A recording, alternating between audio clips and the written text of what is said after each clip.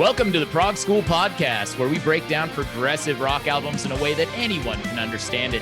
Today is our first episode, and we are going to discuss the inaugural album of prog rock, King Crimson's Court of the Crimson King.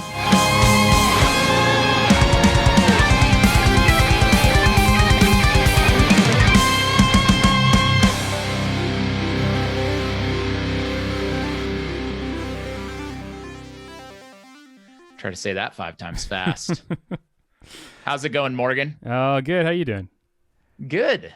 Just, I don't know when this will actually release, but we have quite a blizzard going on up here in the Pacific Northwest. Yeah, it is the day after Valentine's Day. We got a bunch of snow over here too. I'm just north of Seattle for anyone who doesn't know, and we usually don't get a lot of snow here, but we got like probably a foot. Yeah, but it's all melting now. Now it's raining and it's 40 degrees and it's disgusting and it's melting everything. It's just all slush. It's now. terrible. Yeah, it's like great for one day. You can go outside and sled, and then it just becomes terrible. So I can't even go outside and exercise or anything. Oh, yeah. I think it came over the Cascades there and hit Moscow today because it was crazy. It was dumping this morning. Like I parked outside of Staples. I went inside, I came back out, and my car was frozen by the time I got back out. And I'm in Idaho, by the way. I'm in North Idaho, so yeah. Gerald and I, we'll get into the episode here in a second, but Gerald and I met each other in Moscow, Idaho. That's where I went to school, and you were going to school at the time, right? Still? I think I was. Yeah, it was somewhere around that time. It was about the time I graduated, and he might have even graduated, but we played in some bands together. An original band, old false pretense. False pretense, yeah. I don't think you can even find any of that stuff anywhere. I don't think we even have anything online. I don't even think I have an album myself. I don't have it either. I think some of the other guys do. That's probably for the best. I think so. But we had kind of a prog rock edge, so. We played in a band called Quarter Life Crisis, and we did some covers, and that's. Actually, that's probably my introduction to a lot of prog elements. Was through that band. We played some Rush songs and some other interesting stuff too. That was fun. We played in all the bars and stuff in Moscow. In Idaho. We're like, hey, we're going to play some 7/8 time signature for you. We played Tom Sawyer in dive bars in like Podunk, Idaho. Yeah. They're like, do you know country music? And we're like, no. No, we're talking about, they loved us. Just Rush. It was just Rush and Black Sabbath. Yeah. Anyway, it's fun. I was talking to Gerald because we chat a lot, just being friends, and I'd always kind of wanted to do a podcast just in general, and I think he was wanting to do one as well. And since I had kind of introduced the Prog School, I thought it would be cool to do a Prog School podcast, and maybe approach it a little differently than other musical podcasts. So I'm going to come at it from the musical perspective of. Obviously, I understand what's going on theoretically and all the different instruments and the arrangements and all that. And Gerald's going to be kind of doing more of the historical aspect of it. Is that right? Mm-hmm. Yeah, I would like to look at the socio-political stuff. In a lot of ways, in this Prog School, I'm very much the student. Okay. And I'm not a music theory background person. And so I feel like if we accrue a lot of prog fans, they're going to be like, gosh, that guy knows nothing about music. But I'm totally willing to do that because I think that prog rock is such a cool genre. And I hope I can act as kind of a bridge for a lay person to be like, oh, that's why that song is so great, or that's why that album is so great. So I'm probably just going to be asking Morgan a lot of questions about what is happening in a song and just let him explain it. Yeah, but I think, hopefully I'll learn some stuff too about the other elements of it too. Because as a musician, I'd always think about the historical elements or the social elements that much. It's like I listen to an album, I'm like, oh, that's sweet, and I don't necessarily think like what was happening in that country at that time, that kind of stuff. So yeah, I think and my expertise in that is that I'm a high school social studies and English teacher. Yes. So I'm bringing that to it and explaining, what's going on in the historical context of each album that we cover. So yeah, but Gerald is also a musician too, so it's not like he doesn't know anything about it. And like he can listen to it and appreciate certain things, right? Oh yeah. So I think as we go through different albums and go through different eras of prog and stuff, it'll be interesting to see, first of all, what we think about it as far as how much we like it and all that, but but also if we can learn to appreciate some stuff that maybe we didn't before. I think that's part of it. Yes, that would be great. And so that's exactly what happened. Like, we're talking about King Crimson's Court of the Crimson King for our first episode here. And that's I had heard King Crimson, I guess. I watched a Lennon Claypool Delirium concert and they played Court of the Crimson King. I heard King Crimson in the movie Mandy. They play with Nicolas Cage, the greatest actor of our time. And they play a King Crimson song in the beginning. And but other than that, I really didn't have a lot of knowledge of King Crimson. And this has been like a crash course, just going through their discography and listening to the stuff over and over again. And I've really developed an appreciation for them. Whereas before, maybe I thought they were kind of just a weird band. Yeah. So my history with King Crimson is, obviously I'm a little more familiar, I think, with the traditional prog rock in general than Gerald would be. But King Crimson is one of the big prog bands that I didn't spend as much time listening to when I first got into prog. I think I enjoyed Yes and Pink Floyd and even Genesis quite a bit more, and we'll talk about all those bands. But something about King Crimson didn't really click with me until I think even the last couple of years. It's maybe a little bit less accessible and weird to some of those bands, you know? I mean, it depends on the album and all that. Yeah. And it's pretty dark too, which I think maybe for me was something that took a little time to get into, but you know, I'm not as familiar with even some of the later King Crimson stuff as you probably are, since you literally just listened to all of it. Yeah. But I love The Court of the Crimson King, and it's a really important album. And probably, I know it's not technically the first prog rock album, but it is really the first important big one. That's really just kind of, well, prog rock, art rock. So I think that's why I want to talk about this one first, because it's probably the most important one that's early on in prog rock. Yeah, and I think that's fair. Maybe we actually jump into the history of this album. I mean, as you said, this is a really dark album. And at the time, you know, we're in the Vietnam War, late 60s movement, you know, Haight-Ashbury, hippies, Woodstock, all that stuff's going on. And so you have a lot of like sunshine and rainbows music going on. But King Crimson is definitely not in that thematic vein. It's very, as you said, it's very dark. And so, yeah, so how this band basically started was like in August 1967, there was a band called Giles, and Fripp, which is a very catchy band name, I feel like. And basically Giles, Peter and Michael, they advertised for a organ player. And they ended up getting Robert Fripp, who was a guitar player, but he really impressed them. They recorded an album called The Cheerful Insanity of Giles, and Fripp, and it didn't really reach commercial success. And if you listen to it, it's definitely, there's a couple King Crimson elements in it, but it does not sound like King Crimson. It sounds more like something from the late 60s. But then, so attempting to expand their sound, they recruited a man named Ian McDonald and Peter Sinfield. We were talking about if it's Seinfeld or Sinfield. Well, it's just S-I-N, so it's definitely not Seinfeld, like the show Seinfeld. I heard somebody say Seinfeld and Sinfield, and so I don't know. I'm sure somebody will correct me. Wait, Jerry Seinfeld was in Jerry Seinfeld was in King Crimson. And this was before the show. This is way early. It was a band within a band, like not a show within a show. Yeah. But anyway, so Fripp saw this more. He started hearing some jazz-like improvisation from this band called Clouds. He also heard on his radio "A Day in the Life" by the Beatles, and that inspired him to kind of take his music in a different direction. So he didn't want to follow that pop style of that first album, and he ended up bringing on singer and guitarist Greg Lake, and said that either Lake should replace Peter or Fripp himself. He said, "Hey, this guy should just replace me because I'm out. I don't want to do this pop music." And Peter Giles said it was one of Fripp's cute political moves, quote, and he ended up just leaving. So one of the Fripps leave, and that's what brings us to the first incarnation of King Crimson. They get together in like November 30th, 1968. Yeah. So Greg Lake went on to be in Emerson, Lake and Palmer, which is another massive early prog band. I'm sure they'll probably come up at some point. They have some interesting stuff as well. You should check out. Before we go on, I was thinking about the Beatles, because the Beatles are often cited as kind of an early precursor to prog, which I think might be interesting to some people because you kind of think of the Beatles as just like a pop group in a lot of ways. But obviously the later Beatles stuff especially started to get a lot more experimental and interesting. Like that song A Day in a Life really has two completely different sections from each other.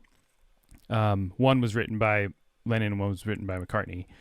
And it kind of has some of that progressive element where you have like a song that doesn't feel like one thing. It feels like a couple of things kind of put together. And there's also a lot of experimentation in the sounds, with audio, and the sounds and such in that song and other Beatles songs. Yeah, and I think there's interviews of McCartney and saying like, as they went along, they got super bored with the 12 bars blues progressions and the pop song formats, and they kind of wanted to do something different. So things like Sgt. Pepper and some of the later Beatles stuff definitely kind of heads in that direction. So it is. Yeah, and I was going to say also, I think it's important to acknowledge like the Beatles obviously are doing prog rock stuff, but there's also other for sure prog bands that exist before King Crimson, and you kind of touched on that. But I mean, we have, this year, the year 1969, you have a lot of prog bands like Yes has an album. Their first album is 1969. Genesis, their first album was also 1969. There's a few lesser known ones like Can. I don't know if you've listened to Can. I haven't. And before that, you have Omega, the Straubs, and Soft Machine, and the Moody Blues. And also Pink Floyd was also, their first album was, I believe, 1967. Yeah. Hyper the Gates of Dawn. So I think in part of the reason that we're talking about Court of the Crimson King first, even though those other bands maybe had albums first, is that I think the big like landmark albums for those other bands like Yes and Genesis are later on. Like they're a few years afterwards. It's not till 73 that Genesis did Selling England by the Pound, and I think the big Yes album Fragile was that 71, something like that. Anyway, so those are after Court of the Crimson King, even though they had albums before that. Yeah, and those albums that are before that, are much more straightforward. Yeah, for sure. Like Pink Floyd was just kind of a straight-edge psychedelic band earlier on. Yeah. Like they did some really weird stuff. It wasn't until Dark Side of the Moon in 73 that it kind of really started to get more in the prog rock the Syd vein. Barrett era, and that's the thing. There's a lot of overlap between prog and psychedelic music at this time because both are experimenting. But what's interesting about King Crimson is that apparently, I don't know if this changed, but at the time they said that they didn't do drugs, or at least at least Fripp didn't. I think that Sinfield, I believe, mentioned that he did. He said he was the resident hippie of the band. That's why he wrote all the fun fantasy lyrics and such, and had like a big say in the art direction. Yeah. And so you have a lot of people that are doing, hallucinogenics, that are taking LSD and loving King Crimson. But King Crimson itself is not necessarily like a Jimi Hendrix or something where they're on hallucinogens. Yeah. We need to compile a list of all the famous prog musicians and whether they were doing drugs or not. That'd be a great list. There's just some technicality to King Crimson. I'm like, you could not reproduce that if you were under the influence of LSD. But maybe you could. I don't know. Well, yeah, that's maybe an interesting thing is like, if the musicianship gets really technical, like if you're someone who does drugs all the time, you might have a hard time performing the music. Yeah, but then again, that's why it's interesting. I'd like to see like which one of these prog bands that are really playing some complicated stuff, which ones were under the influence of drugs. I mean, because their audience was under the influence of drugs. I say that, but then there's a lot of famous jazz musicians who are ridiculous players that were like, on coke or whatever every time they play heroin or whatever, like Charlie Parker and those guys. So maybe it depends on the person. Maybe some people need a little bit of drugs in their system to perform. That's even. I mean, I think that's the case. And with Fripp, I think it's just more of his education coming out. And I know he had some kind of guru or something later. I didn't look into this too much, but that wasn't until I think the late 70s. Yeah. But at this point, I think he was pretty straight edge, and he was just making really weird music. Well, I know for myself, because obviously I've performed in lots of bands and a few progressive rock bands, metal bands. Like if I was to have more than like even one beer before playing, I think I'd be screwed. Trying to perform like playing with the sense of gravity or something. You know, the music is technical. That's my progressive metal band, by the way. Plug. Yeah. That's good stuff. Yeah, I feel like I'd have absolutely no chance of performing that stuff properly if I was any sort of state besides just completely sober. Yeah, I mean, if you're playing some Led Zeppelin or Beatles music and you have a beer beforehand, it actually can loosen you up and play better. But I mean, being on, these bands like the Grateful Dead play fairly complex stuff. They're jamming a lot of the time, though. It's a lot of jamming. And that's the thing with King Crimson is they have that improvisational element that I think gets lost on newer prog, especially prog metal, where it's very technical and it's very straightforward. And King Crimson really has these sections where if you listen to, say, 21st Century Schizoid Man live, it's different every time in the middle, Yeah. And that's maybe, I guess that's something we could talk about now is, so with prog rock early on, you have the psychedelic influence and there is the pop and rock influence. But it's kind of really the combination of high art and low art. So you have high art, is like classical music or jazz, these more schooled art forms. I guess back then jazz wasn't as schooled as it is now. But these are styles of music that require a lot of virtuosity and a lot of studying and training. And they're for people who listen to classical music and listen to complex jazz. It's like those people have an understanding, they've studied and they've learned, it's not something that anyone can just jump into and listen to. So that's like your high art. And then you have the low art of rock music. And prog really is the combination of those things together. And King Crimson is a really good example of that because you have the really improvisational nature of jazz in a lot of these songs. I mean, we'll talk about it later, but like Moonchild, which is 10 minutes of it is literally just like random improvising, and just sounds and stuff, like a free jazz kind of jam. But then you have sections in a lot of the other songs where things are very orchestrated. You have all the flutes and the clarinets and bass clarinets and saxophones that are all orchestrated like you would have a classical ensemble. So it's that element, but then of course you have the rock music underneath with the guitars and drums and all that. Yeah, and I think with Fripp, he's the only constant member of King Crimson, and everybody else is kind of expendable. But part of it is his dedication to the highness of the music. He's like, I need the highest quality musicians, and when a musician doesn't cut it, he makes it known. And so, but yeah, I was thinking, I watched a video last night of Jethro Tull. It's a classical flutist reacts to Jethro Tull, who also had his album out during this time is considered prog rock. Yeah, another prog. But his solos are a perfect example of that high meets low. I mean, he's wearing a ridiculous jumpsuit. Typically, he looks like a maniac. Yeah. But then he starts playing flute and it's random. He's doing vocalizations. He's making pig snorts in between his flute. But then he's also he'll go into a Bach melody and it's beautiful. And he's demonstrating, he's like, I'm the best flute player ever. You know what I mean? Yeah. And that's really that high versus low of prog is in that. So I'm sure we'll break the album down a little bit more song by song. Right. But for my overall opinion, since we're talking about flute, the thing I dislike the most on Court of the Crimson King is the flute. Oh, yeah. The overuse of the flute. It's not that I dislike the flute, but for some reason the flute, out of all the woodwind or brass instruments, is one of the ones that I think doesn't blend with rock music as well. Like saxophone blends a lot more naturally with rock music, in my opinion, as well as the bass clarinet, because there's quite a bit of that on Court of the Crimson King. Those sounds, I think, tend to work a little bit better with the rock music. If for some reason the timbre of the flute just doesn't work for me, that's not to say it's bad or anything. It's one of the reasons I'm not a big Jethro Tull fan. And see, I haven't listened to Jethro Tull enough to make an analysis. I see what you're saying. This is totally my opinion, by the way. If you love the flute in so that's objective truth then, huh? Yeah, exactly. I am the Prog School teacher. You're the teacher. Whatever you say, teach. Yeah. My opinion is fact. So maybe I'll go through the just kind of the intro of this, and then we can talk about the actual song. Yeah, for sure. So basically, the new group gets together. You have Lake, Sinfield, one of the Fripps, and Peter Giles.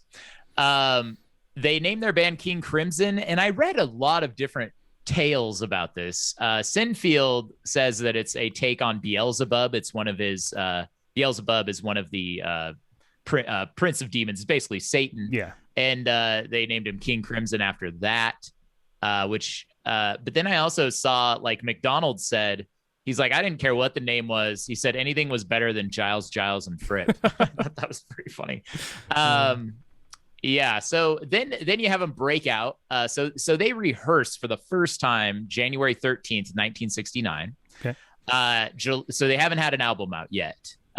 July 5th, the Rolling Stones come back together and play for the first time live in, I believe, 2 years, because Brian Jones had passed away as a member of the Rolling Stones. And they played in Hyde Park in London before 500,000 people, and King Crimson opened up for the Rolling Stones. I have that image up on screen if anyone wants to see that. Yeah, and you can watch you can watch this live video on YouTube. They also recorded this whole concert, and you can listen to them. Some of the tracks are played a little bit faster, and maybe a little bit sloppy, but it's because these songs they literally just made. Well, I mean, that's the nature of live. Nervous also. Yeah, that's the nature of live performance. I mean, I imagine if this is their breakout concert, they've never played before in front of 500,000 people. 500,000? I'd be super nervous too. That's crazy, because you think about what's that, like 6 months after they got together? How do you open for the Rolling Stones in 6 months? Need to figure, especially when Giles, and Fripp was your previous gig. They weren't that big of an artist. Like, it's weird. They got lucky on that one. Yeah, that's actually a good question. I would be curious if somebody knows why exactly. Maybe someone knew someone, connections. I don't know. As someone who has played many gigs and been in many bands, like, those sort of opportunities don't just come up out of nowhere typically. No. So they play this concert, and it's important to note that I saw some watching King Crimson live is kind of where it's at. Like, when we listen to the album, we're not getting the whole thing. And Fripp, I believe it was Fripp, even says this himself, where he says that a song on the album is like a letter, and playing it live is like writing a letter to your friend, and playing it live is like seeing your friend in person. And when you watch videos on YouTube of, say, King Crimson playing, you really get that impression where it's really it's almost performance art in a lot of ways. Yeah, and I mean, a lot of early rock music is like that, not just prog rock. You think about Zeppelin, a lot of their live DVDs and albums and stuff, there's so much improvisation and jamming, and everything's way different. Of course, then you have all the blues guys, if you watch a Stevie Ray Vaughan concert or something, it's like completely different every single time. So, and then jazz, which is based on improvisation. These are, like, in a lot of ways, it's live music, really. It's like a live music, but they had to have a recorded version of it. So that's the one that lasts, which is kind of interesting because it's so different every time they would play live. And that contrasts music now, where things are written for the studio, right?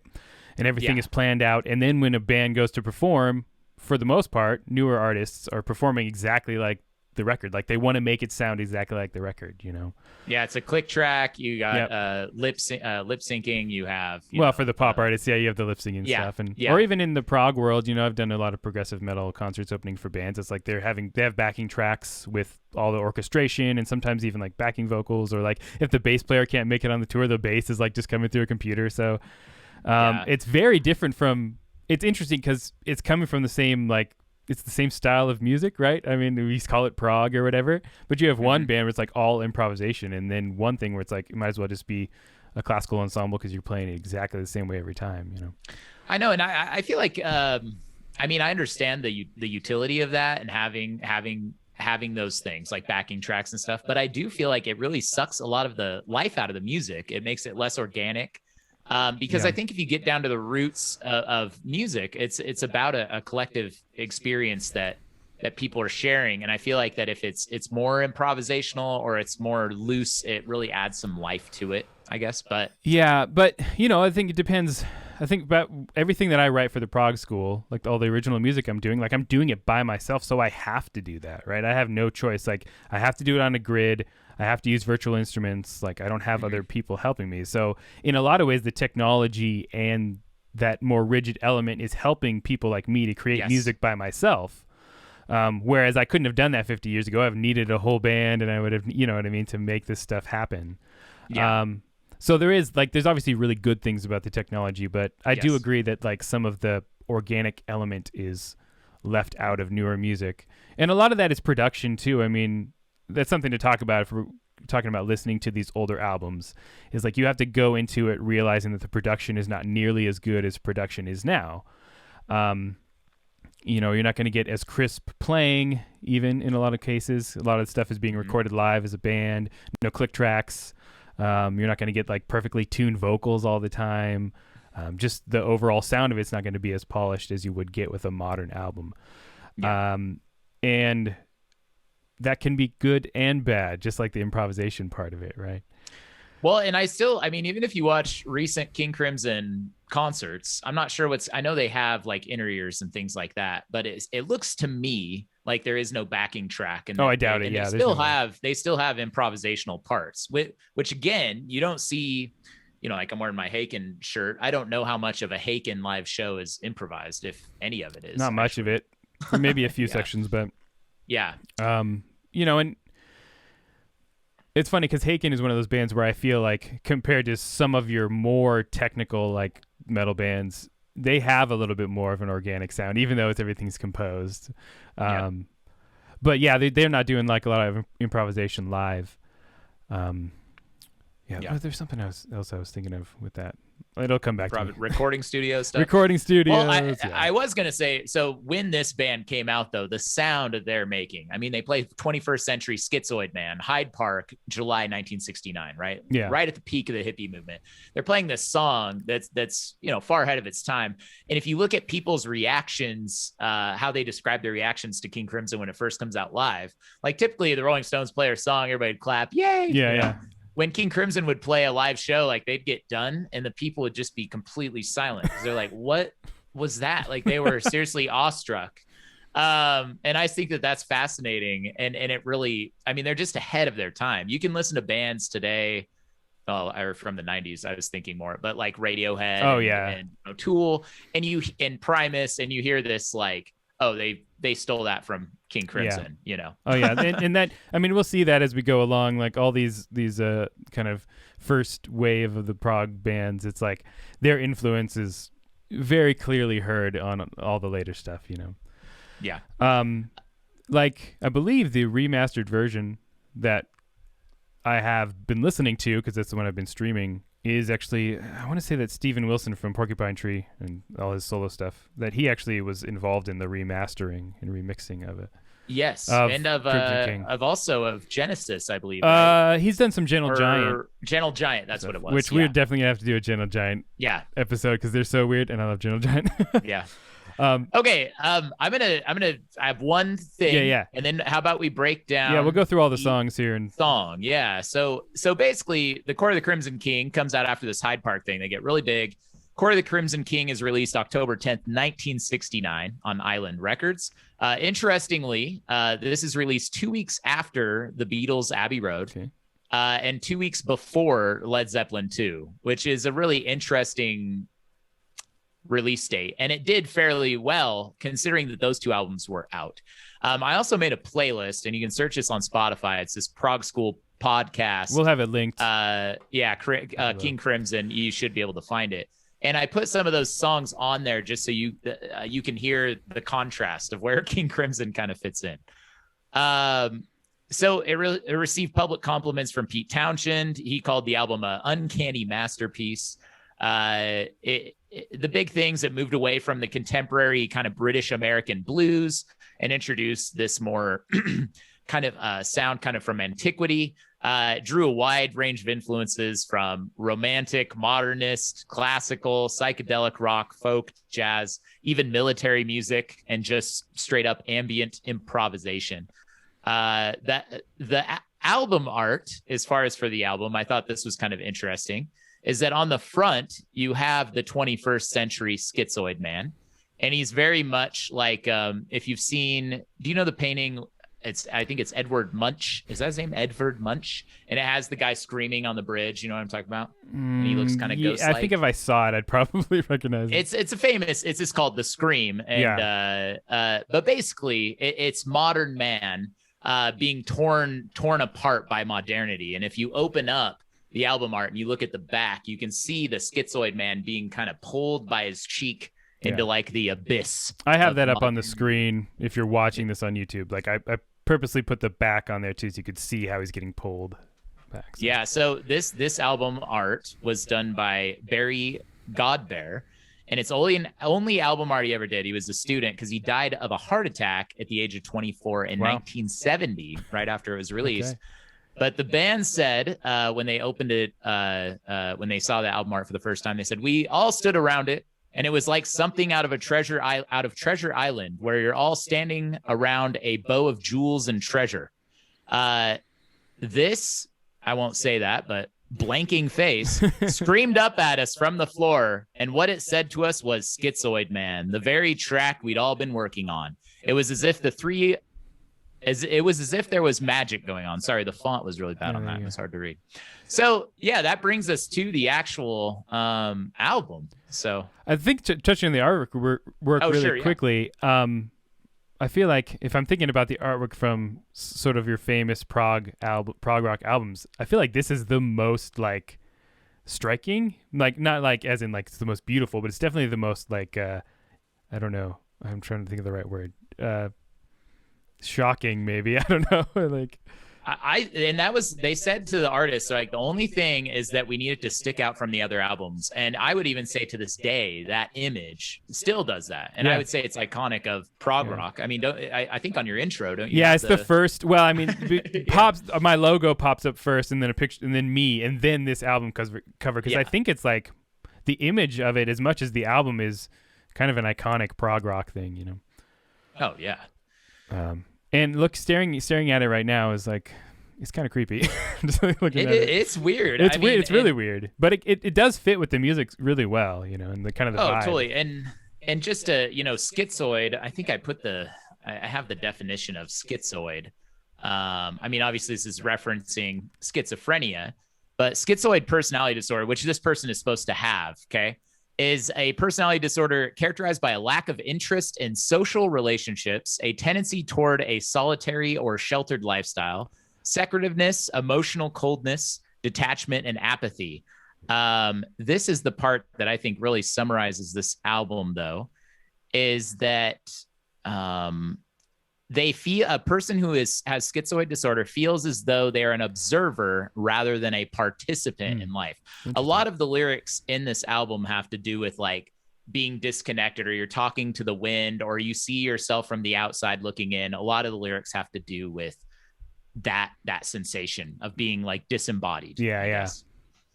Cool. All right, well, let's get into the songs then. Sure, yeah. So there's only 5 tracks on this album, and you know, I think, how long is the album overall? It's about 50 minutes roughly. Yeah, it's pretty long for 5 tracks. The shortest track's like 6 minutes, that's right? Pretty typical for prog. I mean, as we go forward, you'll see that long songs are a very kind of important element of progressive music in general. 50 minutes is actually not that long for a prog album. I know back then that was kind of typical based on how much music you could put on a vinyl. You know, prog albums now are usually at least that long. But The Schizoid Man is our first song, 21st Century Schizoid Man, and this is either this one or Court of the Crimson King is probably their most famous tune. I don't know which one pops up first as far as like if you search them on streaming services or whatever. I think because of I can't remember Kanye West song in 2010 sampled this track, and I think that really put this as the most popular King Crimson song. This also has a lot more energy, like maybe that's not the right word, but it's a more upbeat and faster one than Court of the Crimson King. So it's probably this one probably takes the crown as the most popular King Crimson song. Oh yeah. And as I was listening to this album, because I listened to it quite a few times before we were filming this, I was struck by this being the first big prog rock album, how little rock there was kind of on the album overall. You know what I mean? Like there's definitely, I mean, you have the drums and the guitars kind of throughout the whole album. So there's definitely like a rock band element to it, but it doesn't feel that much like rock music, especially of the time. You mentioned that Led Zeppelin 2 comes out 2 weeks after that. And like, this is so different from that as far as like, it's not nearly as like rock as something well, like that. I guess, the first and last track, the Schizoid Man and the Court of the Crimson King are definitely rock. Like they're heavy. I mean, Court of the Crimson King is much heavier. Yeah. I'm thinking about the middle tracks, but yeah, those middle tracks though are definitely more very laid back, very classical sounding, very like Renaissance-esque almost. With it is interesting, like how bands decide to like pace their albums energy-wise, because here you have this high energy at the beginning, and then there's, pretty high energy at the very end too, but the middle is kind of just like floats through, That's a really good way of describing it. Yeah. I would say Schizoid Man though. I mean, that riff and the dynamic changes are way ahead of their time, but also heavy, not just for that time, but just heavy in general. Yeah. So it's interesting. We're talking about how King Crimson kind of went away from that sort of British rock blues sound. But this first main riff of Schizoid Man literally uses a blues scale. Right. So it's really funny. It'd be like, well, it's not bluesy at all, but it's like there still has some of that element, So I wonder, did they intentionally do that just because they're like, this is going to be our popular track? Well, not necessarily. I think the pentatonic blues scale, the minor blues scale, is like, it's an essential sound of pretty much modern music in general. It's not just blues, right? And it's the foundation for all rock music too. So I think that sound makes its way into rock music, just even if they're not thinking about it in a lot of ways. But is there anything interesting with the scale? Say they use maybe a chord that doesn't fit in, or they flatted some, so there's the chromatic power chords at the end of the riff. Those are like chromatic power chords. So I guess if you were to look at that, some of the notes go outside of the blues scale. There's something with how it's like how it's put together too, right? It doesn't feel like they're just running through a blues scale necessarily. It kind of has that heaviness to it. Also, the blues. This is kind of getting theoretical again. The blues, if you're doing a straight blues, would be you'd use a minor blues scale like this, but it would be over a dominant 7 chord, which is more like which has a major third in it. You're not going to understand any of this probably, but I get what you're saying. But this is actually using the minor blues scale over a minor chord, so it definitely has a little bit of that darker sound overall. Yeah, but it's like, as far as like Black Sabbath, they do the flatted fifth, right? And there's not necessarily any of that. There's the flatted fifth. The flatted fifth is in the blues scale naturally, right? Like it's part of the scale. So that chromatic power chord, that second chord on the way up, that is a power chord built off of the flatted fifth. So it definitely has. That's what I mean. Yeah, but it seems like they the different. I guess with Black Sabbath, right? They're hanging on the flatted fifth, whereas it would be run past by, say, Rolling Stones doing. Oh yeah, for sure. Right. They're not gonna like chill out on it for a while. And in this King Crimson riff, they kind of use it a little bit more than Led Zeppelin would or something like that. The other thing is at the beginning, right off the bat, you have these big drum fills, right? So there's like virtuosity coming in like literally right away. Like these triplets. And there is a little bit of that triplet kind of feel to it, especially with these drum fills. So you do have a little bit of the triplets kind of bring a little bit of the loose swing vibe to it almost in some ways. So it's not going to feel like it doesn't feel super regimented. Like I get some of that jazz vibe right off the bat, even though it's definitely rock. The other thing that really does that is the instrumentation, all the horns, the orchestration. So as far as what kind of other instruments we have here, Ian MacDonald played saxophone, flute, clarinet, bass clarinet, and then he also did the mellotron, harpsichord, piano, organ, and a vibraphone too. So it's all the sax, flute, clarinet, and bass clarinet. You're going to hear a lot of those throughout the album, and right off the bat you get the saxophone and stuff. It's kind of, it feels like part of a jazz ensemble, on top of this kind of heavy riff.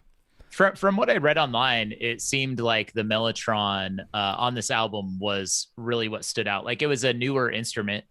And it had been used. What's the Strawberry Fields Forever? Yeah, Strawberry Fields Forever is the big first one for the mellotron, but it was really the prog bands that took it to the next level. Like something about the sound of it, you'll hear a ton of it, especially when like Epitaph and a few of those later songs. Like that mellotron becomes a really important sound. Just in general. So that I would definitely look out for that if you're listening through the album, because I think that's an important element. Well, so you were saying it's a lot of rock, but I mean, obviously the bridge is very much jazz, and also I don't want to discount the drumming. Michael Giles's drumming is really great. So there's one thing about prog rock in general, and I was going to mention this earlier, but I forgot. And we'll see this with pretty much any prog band, is like every single member of the band has to be very good at what they do. If you think about other styles of music, that's not always the case. Like if you think about a punk band, it's like maybe the drummer has to be really good, but the guitar players, it doesn't really matter, right? Like the style of music doesn't require them to be like virtuosic players. Not that they, you want to be able to write interesting stuff no matter what kind of music you're doing. But something about prog rock, because it has that high art element, it like requires all the players to be really good at what they do. Like later on this song, was it like 440, that area? There's all these fast unison runs between literally every single instrument. Yeah. And like none of them can be a slouch to be able to do any of that stuff, right? You have to all be able to perform that together. And that's very much a jazz thing. If you think about a lot of famous jazz combos, like all the players are ripping a melody like in unison together, Yeah. But also even, at that part of the song, it seems, I'm not sure, maybe you can break this down, but like, the song goes through its typical structure, but then it hits this point in the bridge where it's sort of like, okay, here's our improvisational jazz component. And when they play live, they might stretch this song out to be, 10 minutes of just messing around. But then they have like a cue right before what you were talking about that's sort of like, okay, let's finish the song. Yeah, so that instrumental part in the middle is interesting for a lot of reasons. First of all, it kind of is like the prototypical prog instrumental. So a lot of progressive rock bands, metal bands, they have vocalists. It's like there'll be vocal sections, the beginning and the end, and a lot of times there'll be like a huge instrumental section in the middle where everyone just goes crazy, and that can be all sorts of different things. So that really kind of starts right off the bat here in the first song of this probably most famous early prog album. So those elements are coming in right away, and those things are going to be kind of used later on too. There's like a combination of composed ideas here and the improvisation. So right off the bat, you have the unison runs between guitar and saxophone when this section kicks in, and then you have like an actual walking bass line almost underneath there, which is very much like a jazz thing. I mean, it's not a straight like jazz style walking bass line, but it's close. And then it goes into the improvisation where you have these guitar solo, and then it's like a weird synth solo. And I can imagine those sections are probably where I'd have to watch more live videos of the song, where those are where they would extend that stuff. And then at about 4 minutes, 30 seconds, all the composed stuff starts to kick back in on the album. So when you're doing... Yeah, and when I was in high school, I used to listen to Primus. That's like what inspired me to pick up the bass. And Primus would do that. I watched their live shows. I'm like, oh, this is totally different. And I realized how influenced Primus was by King Crimson, and that they do the same thing. So you still see bands do that. But that's what's interesting with prog metal, say. We talked about this earlier, but they don't do that. And you don't really see a lot of that complex improvisation unless you go to more of a psychedelic concert, like you go to Bonnaroo, or you go to something like that. Then you see bands like, Humphreys McGee or Primus or and they're much more Mo. They're much more in the jam. Psychedelic. Yeah, they're in like the jam rock kind of vein too, especially like Humphreys McGee. But complex still. Oh yeah, for sure. Maybe definitely to separate them from, say, like I don't know, your typical jam rock band. It's not like a blues jam rock band or something. Yeah. And I've seen Dream Theater a couple times, and there was a few times where they did really long sort of improv areas, and maybe they planned how long they were going to do it, but it was different from the album. It wasn't like they just did the album straight through. There was a few places where things would be extended or whatever, but those were very much like planned out. It wasn't as free as it would probably be in this case. The other cool thing about this instrumental section and just the song in general is you have these two different tempos. So you have this, it's actually slower during all the vocal sections, and this middle part's faster. Right. And they kind of like, they ramp up into the faster section at first, and then when they come out of it, it's literally like a direct tempo change back to the slower tempo. And it's awesome. It's right back in that riff, and it really slows it down. Like you can really, soak it in. You take a breath as it enters into that big riff. Tempo changes are really good at that, right? If you like get something slower, it's like bam, all of a sudden it gets like heavier right off the bat, Yeah, I was going to ask you actually, what's he doing with the vocals exactly? I mean, they're very distorted. Is that just like on a preamp, or? I'm wondering, that's the kind of stuff that these days you do in post. So you would record it and then you distort it, after the fact. It is very possible back then, maybe we should have researched this, but that they could have had some sort of, they could just be pushing the preamp that the mic is going into super hard, the distortion. Or it could be there's crazy things you can do with vocals. You could run it through guitar pedals and stuff. Like, there's lots of ways you could do that. Typically, if you were going to try to get that sound now, you just do it in post. But because I'm pretty sure, I'd have to go back and check, but that they, in the live Hyde Park recording, that the vocals are still distorted. On this on Rolling Stone, it says the vocal effect was an idea that we had to actually overload the control console. Okay. Yeah, so they're just so it caused it to be distorted electronically. Yeah, so they're just pushing so much signal into it that it's distorting. Right. Yeah. So I mean and then there's the cool part at the end of the song where it like just goes crazy and like explodes into like ridiculousness. Yeah. I was gonna say, I mean, as far as the lyrics, I kind of already mentioned this. I have these up on the screen too, but the lyrics. Yeah, you can't see. I can't see. No, you can't see the lyrics, but everyone else can. Well, watching. So Sinfield, I think he wrote most of these, or at least he wrote all of them. Yeah. Yeah, I think this was somewhat of a collaborative effort, though, where they were sitting around, and so when it says, cat's foot, iron claw, they were sort of shouting things out. Yeah. And Sinfield was just documenting it, and he said, lyrically, Sinfield was getting, this is from loudersound.com, this article on King Crimson, says lyrically, Sinfield was getting a feel for what the band's music seemed to express. It fitted with nastiness of the human condition and war and stuff, he says. I wanted the words to sound violent and aggressive. Cat's foot, iron claw. It's the world tearing itself to pieces. And it very much has that sense of apocalypse or violence. Which many people think that this is like an anti-Vietnam War song. Well, I mean, the end of the song I just talked about, it literally like explodes into something else, like a nuclear bomb or something. These lyrics are dark. Like, if you're reading them, I'll get them pulled up here. Politician's funeral pyre, innocents raped with napalm fire, and like that's like serious stuff. That sounds like death metal lyrics to me. No, seriously. Like, you could just do these lyrics as a death funeral pyre. Yeah, seriously. That's scary. No, but super dark, especially for the time period, and I think it's cool, Well, I mean, you have Come Together is like the track from the Beatles, on Abbey Road. It's like, come together, Then all of a sudden you listen to this, it's like politicians burning on a funeral pyre. It's great. It's just totally different.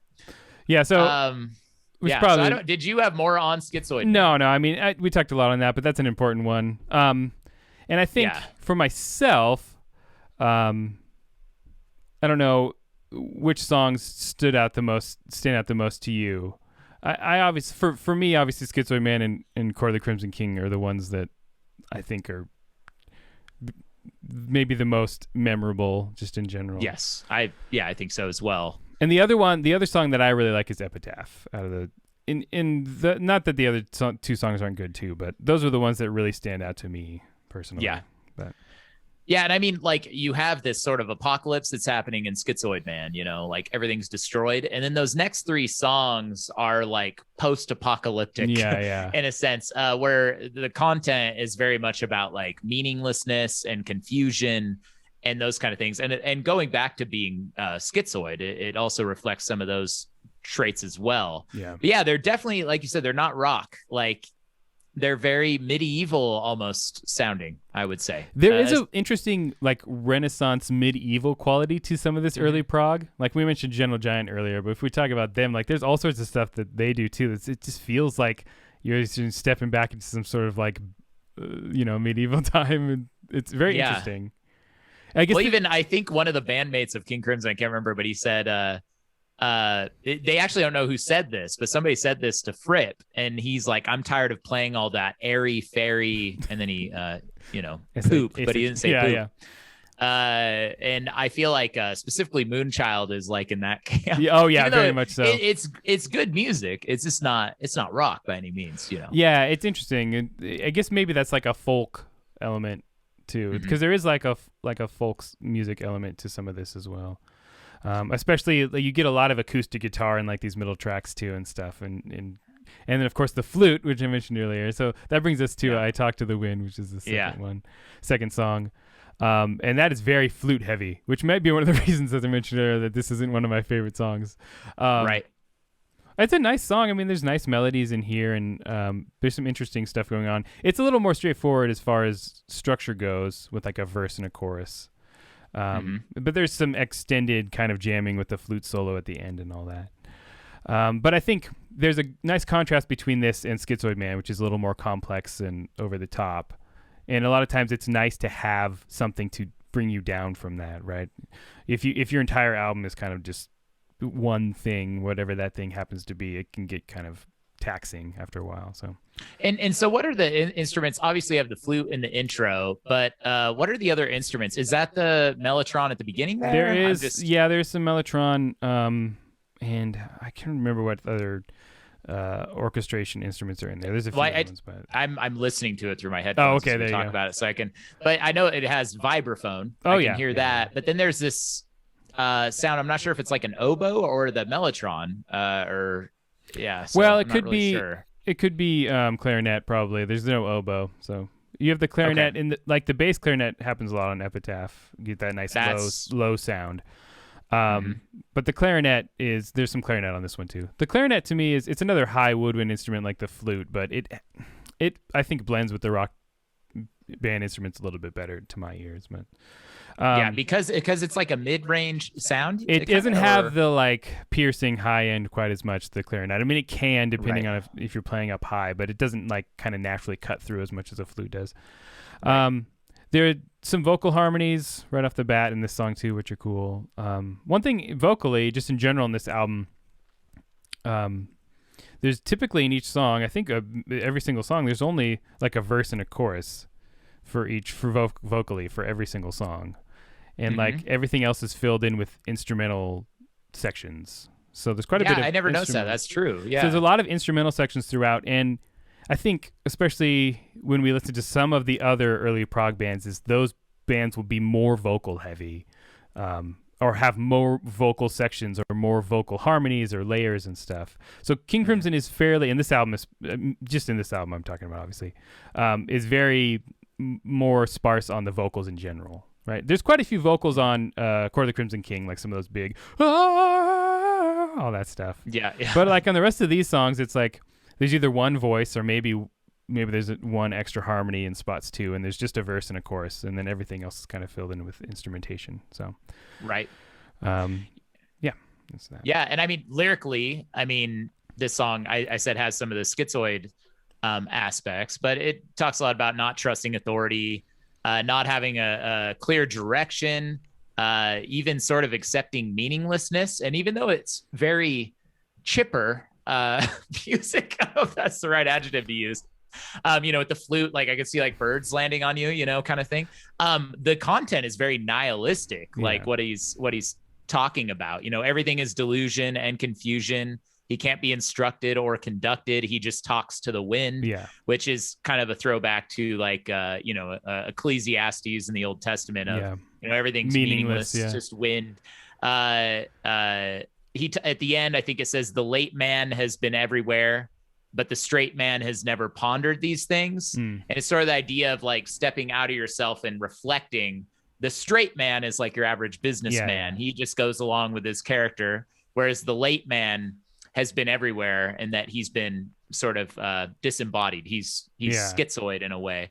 And so, it's interesting that it sounds so medieval and happy somewhat. There's some minor stuff going on in there. So the chords are interesting. The chords are interesting and play into this. So the verse and chorus both start on an E major chord, but then literally the second chord in the song is the E minor. So it goes from E major to E minor.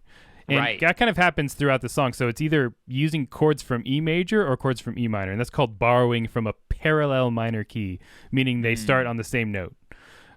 So borrowing, so you're in E major, I guess you call it that because you start on that, but then you're going to borrow all these different chords from E minor. So it's really a combination of major and minor. So it has like some of that like uplifting kind of vibe, especially with the flute, but then you get these minor chords like right off the bat. So it's a kind of interesting combination of the two things. It is. So, and when they do that, I mean, effectively the whole band is transitioning from the E major to the E minor. It's not like you have a mixing of notes, right? Because that would just sound terrible. I know it's kind of a dumb question to ask. No, the whole band's going to move along. I mean, you can do two chords stacked on top of each other if you want the dissonance.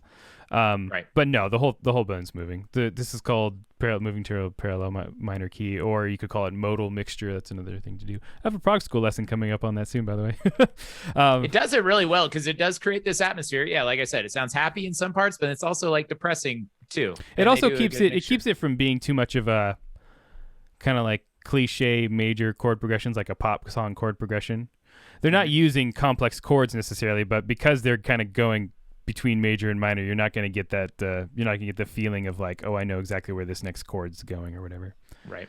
I guess the one other thing is just the impressiveness of going from Schizoid Man to this song. Because like dynamically, they're totally different. Yeah, and if you think, I think overall the dynamics, so you have loud song, and then this is a softer song. Then Epitaph is a slower song, but it's a much louder song. And then you're down again in Moonchild, and you're back up at Court of the Crimson King. So there is a nice flow as far as how the dynamics kind of work overall. So what is going on in Epitaph? Unless there's more you want to talk about. No, we should move on. The wind. Yeah. Because we're taking a long time with some of this stuff. Yeah. Sorry, I'm getting into this, and I think about this things. No, that's fine. Epitaph does lean heavily on that mellotron, especially at the beginning. And the mellotron, in a lot of ways, is kind of almost taking the role of, in this case, like a symphony or an orchestra or something. It's creating a massive sound. So one thing about Epitaph in general is just it feels more grandiose to me, like just in general. And the mellotron is a big part of that. You kind of I think you get a lot more orchestration in general in this song than.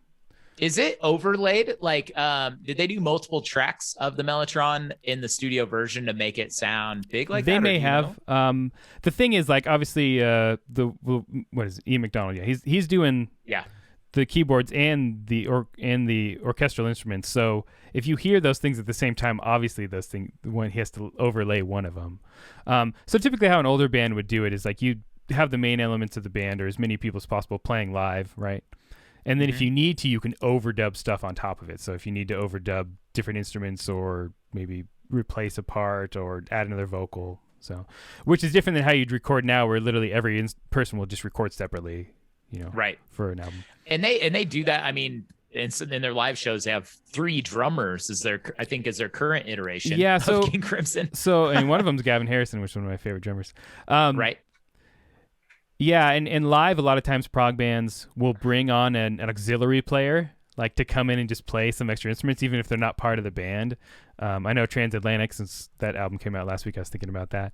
They have an awesome guy who'll come in and do auxiliary stuff, who'll play guitar and random keyboards and sing, just for live concerts, to kind of fill in, because on the album there's so many parts that the 4 guys can't play all the parts. So it's a similar thing with a lot of the prog bands. Okay. So there's like this kind of funeral march dirge type feel too throughout this whole song, especially in the verses. You have like the drums doing like what feels like a funeral march kind of thing to me. Mm-hmm. Well, and that's what an epitaph obviously is, and all that. And so the music is matching the lyrics in that respect. Oh, totally. Yeah. I mean, there's some really good lyrics. This song is great, actually. I love this song. This is, like confusion will be my epitaph. When he reaches the end of his life, there was no meaning. Again, this like nihilistic message. The war and the violence of the world. He'll be crying after it is all over. And then he says, the lyrics that really stuck out to me in this is, knowledge is a deadly friend when no one sets the rules. Yeah. The fate of all mankind I see is in the hands of fools. Meaning like you need clear boundaries on knowledge, or you can, build things like the nuclear bomb, or, humanity could destroy itself with its own knowledge if it doesn't have a clear direction. Yeah. And I thought that was, it's really cool lyrics. No, it's great lyrics. And this song has, as opposed to the Talk to the Wind, which didn't feel like it had as much dynamic kind of contrast within the song itself, this one does. There's a lot of building and coming back down, and it works well with the lyrics. And there's maybe not too much to say about this song. It's a long song, cool orchestration, lots of acoustic guitar, which is cool as well. Yep. Lots of Moonchild. So this is where it gets really weird. It gets weird. So the song starts as like a really basic kind of. You mentioned this one sounds kind of medieval too, right off the bat, and you have more flute, and it's very like sparse and light. There's one voice and electric guitar, and then at about 2 minutes, it just becomes a 10-minute just jam, like free jazz, like improv. Can you parts of it? It's like, is it a jam? I don't know. I mean, they're literally just making sounds. It's just sounds. It sounds like free jazz to me, which would have been, roughly about the same time that a lot of the free jazz was coming out, where it's just, you literally are just, there's no plan. You just improvise. It's a jazz odyssey. If you've ever seen Spinal Tap, like time for jazz odyssey, right? That's hilarious. Like yeah. we just need to fill time. And I don't know if they decided like, I don't know. I'm not sure what the thought process was behind this, because this isn't the sort of thing that you hear on even other prog albums that much. They're just like, we're just going to do whatever for 10 minutes. And you can clearly tell that the musicians are playing off each other. Like there's certain parts where they're like syncing up, or they're doing things that are like listening to the other person. It's very clear they're all playing in the same room, kind of working off each other. Right. And that's the thing with this band. This is a good example of when you need to watch them live, because I think if you were on LSD and watching this live, you might be impressed. But like for the lay person just listening, you're like, what is happening? This is the kind of stuff that doesn't translate over on an album well. Like the middle section of Schizoid Man translates fine, because it's like there's the parts that come back, and there's some free. There's some there's some looseness to it, but it's not like this where it just feels like what's going on. But this kind of stuff can be cool live, because I've watched a lot of jazz live, and that's why I don't like to listen to jazz. I just see like a hippie den in 1969, and this album comes on, and they're like in the middle of their trip, and they're like, oh my god, like they get all paranoid. Yeah, it's like you've got to listen to Dark Side of the Moon while you're stoned. Yeah. But this is just weird. Like they'd be walking around their living room, and it's playing all this weird percussive stuff, and what is it? A vibraphone's in it, just playing random notes. Yeah. It's super weird. As I'm listening to it, like I listened to the album last night because I wanted to be refreshed on it, and like you got to this part of Moonchild, I was like, I think I'm just gonna skip it, because like I understand what it is, and I understand that it would work well in a live situation, but it just doesn't translate very well overall. So I think for all those reasons, this is kind of my least favorite song on the album. But I would like, I didn't watch the live recording of Moonchild, but I do know that they do really impressive stuff percussively, especially when they get to 1973. What's the album?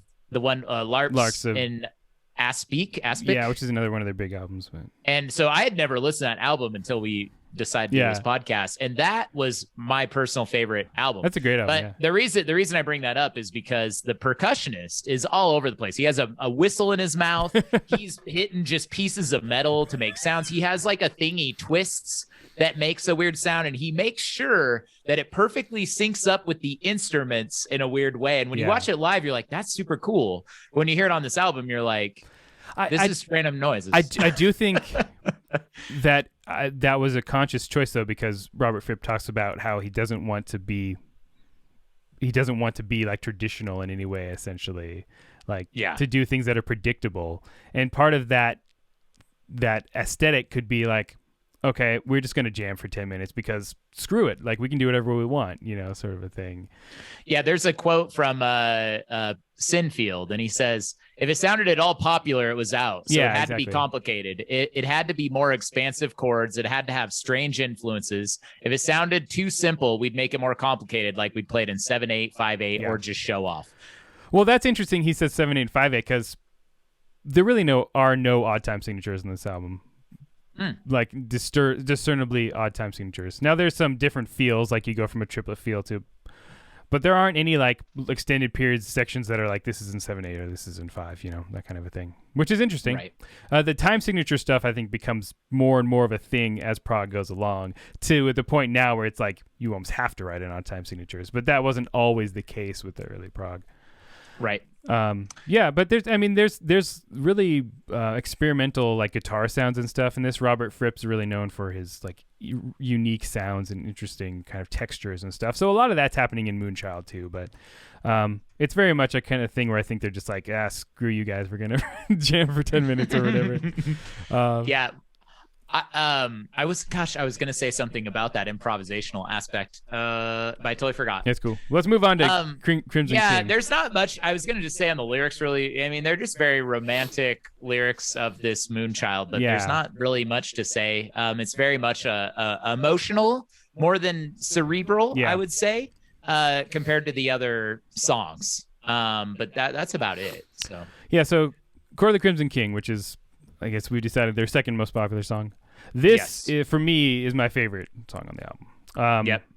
It's heavier and darker, and it really has a really epic quality to it. I just love the way it builds to that chorus every time. Like, there's just something about that melody and the way that it kind of comes out is really kind of, it's epic, you know. It kind of takes the Epitaph orchestral aspects, but then also it has kind of a heaviness like 21st Century Schizoid like Man. There's a faster section in the middle that feels more like kind of that proggy instrumental kind of thing that you would hear in newer prog. So it's got more energy than Epitaph for sure. Yes.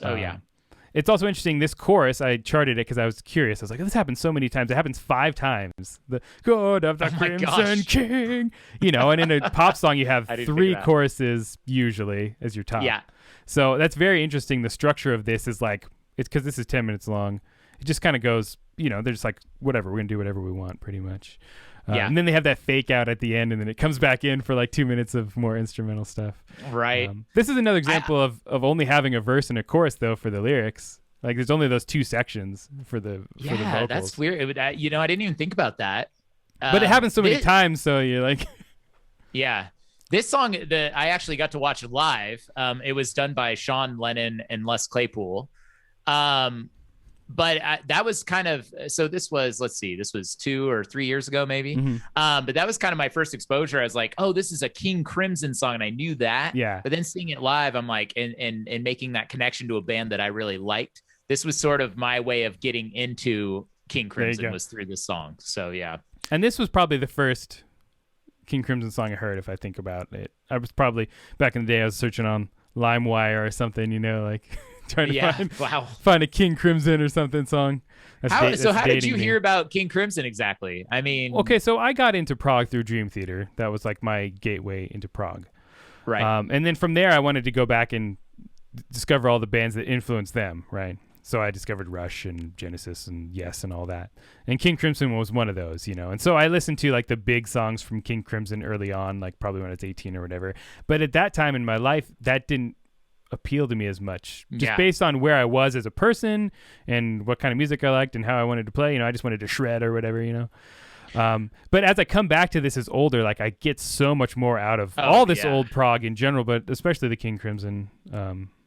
I definitely have a much greater appreciation for it. And this song, like I listened to it and I was literally just like humming the chorus from this all last night because it is pretty, you know, I mean, it has kind of a catchy quality to it, even though it's not like a pop song, you know. Oh, it totally does. And I totally agree with you. I mean, I remember I listened to Rush when I was like a sophomore in high school. I remember the only thing I could think about was how terrible his voice was. And now when I listen to Rush, I don't even think about that at all. In fact, I find his voice endearing. Like I appreciate it.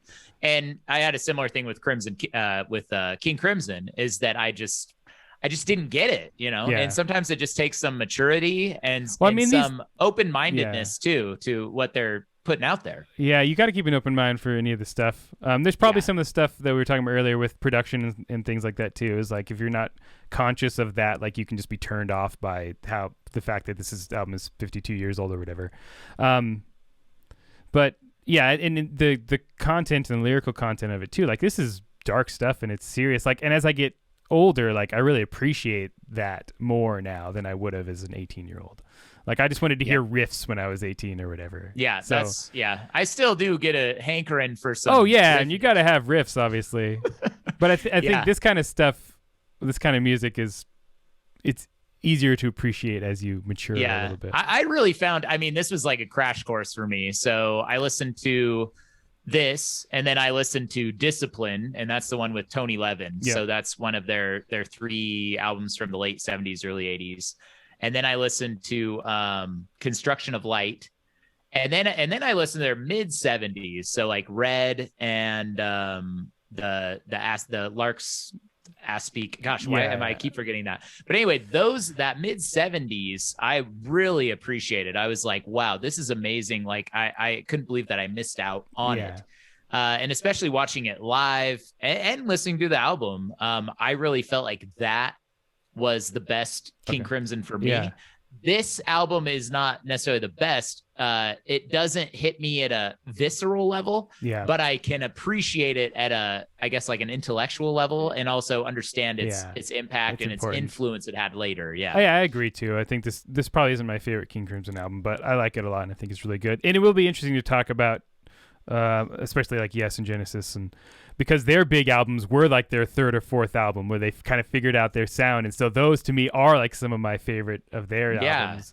So, and it's interesting that the first King Crimson album is their like biggest, most influential one. Like they didn't even get a chance to like figure out their sound. They're like, here, you guys are like popular. Yeah, seriously. And their first track is their most popular song. That is really weird. The first track they ever made. Yeah, I don't know. There's what other bands are there like that? Especially a band that's been around for 50 years. Their most popular tracks. I can't think of any. I mean, if anyone in the comments wants to put something down, they think the band's first song is their most popular. I can't think of any. Typically, it takes a couple albums, and then a band gets huge or whatever. I mean, there's obviously one-hit wonders, but that's different. I'm talking about a band that's been around for a long time, and still their first track ever is their most popular track. It is interesting. I guess it hit at the right time, and it was the right song for them at the right time. So yeah, it's interesting. So what are your thoughts overall on the album? I know we talked maybe a little bit about that, but yeah. Well, I was gonna say really quick as far as the conclusion of this album. What's weird is then after this album, the group effectively breaks up. Yeah, a good chunk of them leave. I mean, Lake leaves, right? Yep. This Giles stays, doesn't he? Now I'm actually forgetting. I can't remember. Well, this is a pretty common thread we'll see across, I think, all of the big early prog bands is like they have so many lineup changes. Yeah, like, but in this case, the only one is Fripp. So there's a lot. So Lake leaves. He goes to Emerson, Lake, and Palmer, and then McDonald and Giles also leave. So the only one that stays is Sinfield, and he will ultimately leave as well. I mean, so they're broken up by the last show they play is December 16th, 1969. So this specific group didn't even last a year. Yeah, it was less than a year from the time of like inception. Their beginning, from when they met. Yeah. From when they first met. That's crazy. And they play for the Rolling Stones and release this like seminal album within a year. I know. That's crazy. That is so crazy. Yeah. And that's the case for a lot of prog bands. Is like a lot of times there'll only be one or two members that kind of last the whole time, and they become, I guess, kind of the owners of the band in some ways. Yeah, that's a good way of putting it. Yeah, of the property rights. Yeah, like Fripp owns like the property rights to this and stuff. I'm pretty sure. So, it's so as far. What did you ask? My impressions. Thoughts. Or? Well, yeah, because for people watching, or listening, we want to give our like unfiltered opinions of stuff, and a few times we said throughout like we didn't like certain things and all that, but we're not just gonna be like, hey, this album's awesome because it was the first prog album or whatever. Well, like I said, like I think a good question is, well, why is this prog? And it's prog for the reasons that I like it. Like you said, it's high and low. Yeah, it meshes those cultures. I like the improvisational aspects that they bring to prog rock, and I actually think it'd be cool if you would have maybe even more modern prog bands sort of reintegrate that. Yeah. Unless they're doing it. Like I imagine Transatlantic probably does stuff like that, right? Would they have improvisational Yeah, bits? A little bit more maybe. Yeah, but as far as that, I mean, you can't deny the impact that this album had. You can, as you listen to it, it's like it's almost like listening to the future somewhat. Oh, yeah. I mean, you'll hear a riff and you're like, oh, that's like, sounds like War Pigs. Or you'll, even farther on, you're like, oh, that sounds like, Radiohead. And so the impact is so impressive. But with that said, it's hard because of the context of this album. It's really hard for me to viscerally enjoy the album at a level I do other albums. But if anything, that's probably a fault of me, or it's just because I wasn't in the right mindset or the right time period to really appreciate it in all of its glory. And I do wish that I could have watched them live, or even, I guess they still play live. I would love to watch them live because I think I would develop an incredible appreciation for their music. Yeah, watching a band live does make a big difference, but you'll never be able to watch like this lineup of a band live. So, you know, there is time period stuff involved too. I mean, these people aren't, you know, this album came out 20 years before I was born. So am I ever going to be able to appreciate it as much as someone who listened to it when it first came out? You know, I don't know. I don't think, I think you're right. This doesn't hit me. And there's nostalgia involved with things hitting you at a visceral level, especially as you get older. Because hardly anything hits me the way that like some of those bands I loved when I was 20 years old do. There are parts of this album though that do hit me on a visceral level. I think specifically Court of the Crimson King. Like I feel like I have some sort of emotional reaction to that song in parts. So, which isn't really the case, I think, on any of the rest of these songs. But that doesn't mean I obviously don't understand and appreciate what's going on. You know, you got the long songs, you got the weird arrangements, virtuosity, cool chord progressions. You know, it's got all your kind of prog staple ideas in there. Yeah. I think Anthony Fantano, I think that's his name. He does the music album. The internet's biggest music nerd. Yeah. But you know, I watched his review on this album, and what he said, while prog rock gets the technicality correct, they miss out on the emotional components, and King Crimson does both. And I thought that was a really good assessment. I do feel like this album is hitting the high culture and the low culture really well. And so I do think that's something that modern prog bands could learn. Oh yeah, for sure. From this album still. I think it'll be interesting to, as we listen through some newer albums, like, especially when we get to the more technical music, like to see which bands we think still bring some sort of emotional element to it, you know? Yeah. Because I think that's right. You know, this album does feel like meaningful in some way and like deep. Whereas I don't know that that's always the case with newer bands. Yeah, and it's not as you know, we already said this, but not as mechanical or robotic. Oh yeah, you know, sure. when you say prog rock now, you think of something that's technically and mechanically crafted. You don't think of improvisation. Yeah. And so, yeah. And that's very clear. I mean, obviously, if I'm assuming you're following what I'm doing on my own too. It's very much like I'm very much in the like everything's crafted and kind of thought out.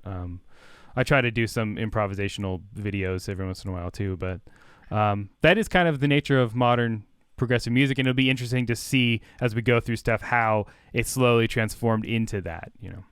Mm-hmm. So I don't really have too much else on this, but yeah, I think that's a good place to end. I think that was a good first episode. Like I said, you can find our playlist on Spotify. We'll leave that in the comments. I've included the album, so you can listen to that, obviously, but also some of the bands and songs that influenced King Crimson, and also some of the stuff that came afterwards. Make sure you like, subscribe, or leave us a review. That really helps us out. You can also find Morgan's videos on YouTube under the Prog School, where he breaks down classic prog tracks and also provides instruction on how to shred. No, no, the Prog School is designed to help people learn how to understand and write progressive music. That's the idea anyway. So I do break down songs from famous bands, but more of a component of it is I'm writing my own music that I'm also kind of exploring how I'm creating the music that I'm writing too. So the idea is I want to give people tools that they can use to make their own music. And it's not just prog. I think the stuff I'm doing is useful for any musician. So yeah, you can find that at the Prog School. I'm also on Facebook as the Prog School, and then on Instagram I'm still under as morganwickmusic right now. But YouTube's the main place where I'm dropping all the content. So I think if you enjoyed what we're doing here, like, comment, subscribe, all that stuff. If you have suggestions for some things that would be cool for us to cover, like album songs, or even just other segments that you'd like to see, like just particular things you might want to hear us talk about, just let us know, and we can try to see if we can implement some of those. I'm not sure what album we're talking about next. We got to figure that out, but it'll be a classic one for sure. Yeah. We're going to have some guests on too. So if you guys know, if anyone has contacts to some guests that you'd like to have on or think that we should have on, just let us know. We have some people we have in mind right off the bat, but we'd love to have some cool guests on here as well. So. All right. That's it for us. Yeah. Thank you for listening, and we'll catch you on episode 2 of the Prog School Podcast. Yep. And as always, stay proggy.